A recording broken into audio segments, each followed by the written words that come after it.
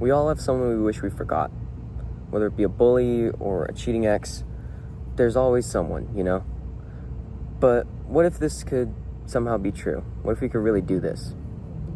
The film Eternal Sunshine of a Spotless Mind asks this very question. At the start of our film, our main character Joel, who's played by Jim Carrey, meets the love of his life, Clementine, who's played by Kate Winslet. The couple falls madly in love, spending lone nights on a frozen lake while staring at the beautiful stars above them. As we start to get introduced to their characters and we start to get introduced to who they are and the chemistry between them, we're then taken to a flashback that takes up most of the runtime. What we, the audience, learns is that this relationship actually happened before. As it turns out, Joel and Clementine ended their previous relationship in heartbreak and tragedy, leading both of the characters to go to the doctor to have their memories completely wiped of anything that had to do with, them being together. As Joel is getting his mind wiped, we get to see how their past relationship unfolded with this jumbled, unorganized mess of memories that really exemplifies how it was like. One thing I'd like to add is that I think Jim Carrey's portrayal of Joel is really special in this film. When you hear the name Jim Carrey, you think of movies like Liar Liar or The Grinch, movies where he's kind of leaning into his more comedic background. And while I think those movies can be good, I think this film is really special because it goes to show how versatile he really is, because Joel is not the Jim Carrey we all know and love. Joel is a very timid and shy person, a man who's very just reserved and doesn't like expressing who he really is. And so I think it goes to show how good of an actor Jim Carrey is.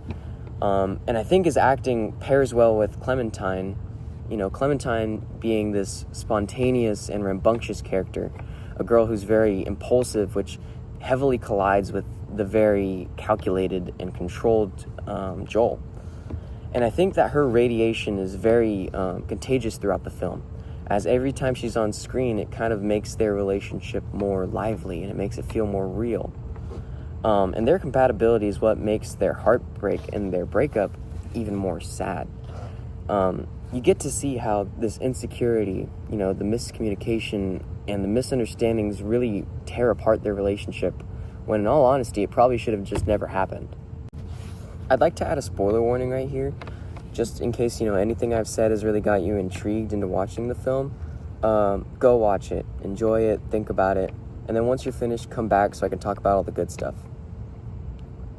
Now back to you swines that chose to watch anyways.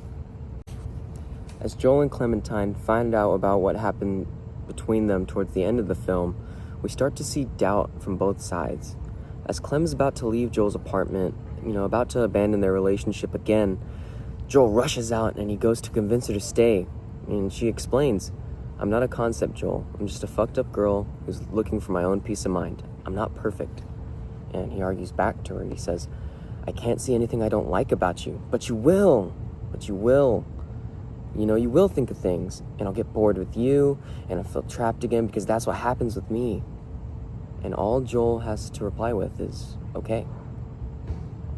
Okay." They then cry and laugh, and they decide to stay together, and that's kind of where the film ends. What Joel learns towards the end of the film, and what he learns while he's having his memory erased, is that memories, while, they may be hard to carry and they may be hard to think about, it gives us meaning. The past defines who we are in the future. It molds us into the people that we want to become later. Our memories, despite how heartbreaking or grim they might be, they matter. You learn from your memories. You learn to be better. You learn how to become an improved version of yourself. And that's what Joel and Clem set out to do by the end of the film. To learn from their past mistakes and to be better for themselves and each other.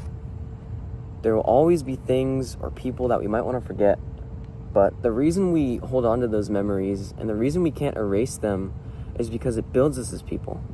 It creates something beautiful out of tragedy, and as you grow older, become wiser because of it. And I think that's why that film means so much to me, is that it's beautiful. It's beautiful. That's the best words I can come up with.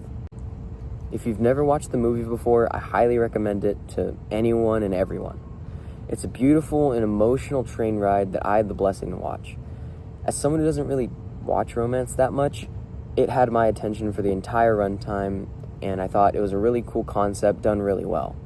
You know, I didn't even go into the cool scenes that are in the movie. There's just a lot of cool back and forth conversations. There's a lot of cool scenes and really good writing. So again, go check out Eternal Sunshine of a Spotless Mind when you get the chance.